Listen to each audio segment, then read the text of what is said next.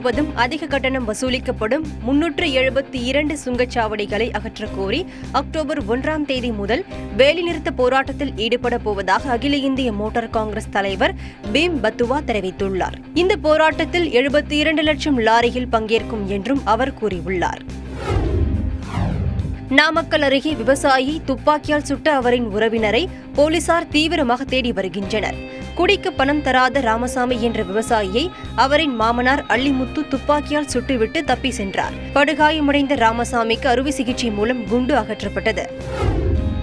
புதுக்கோட்டை மாவட்டம் அறந்தாங்கி அடுத்த திருநாளூர் பகுதியில் சொத்து தகராறு காரணமாக தாயை அடித்துக் கொன்ற மகனை காவல்துறையினர் கைது செய்தனர்.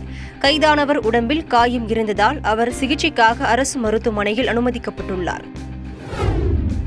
தஞ்சாவூர் மாவட்டம் விலார் ஊராட்சிக்கு உட்பட்ட கங்காணி தோட்டம் பகுதியைச் சேர்ந்த இஸ்மாயில் என்பவர் பொதுப்பணித்துறைக்கு சொந்தமான பல கோடி ரூபாய் மதிப்புள்ள நிலம் மற்றும் தேக்கு மரங்களை ஆக்கிரமிப்பு செய்துள்ளதாக புகார் எழுந்துள்ளது.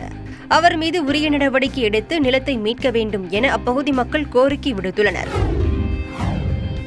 ஈரோடு மாவட்டம் சத்தியமங்கலத்தை அடுத்த ஷென்பகதூரில் மனைவியை அடித்துக் கொன்ற விவசாயி தனது வயிற்றை கத்தியால் கிழித்து தற்கொலைக்கு முயற்சித்தார்.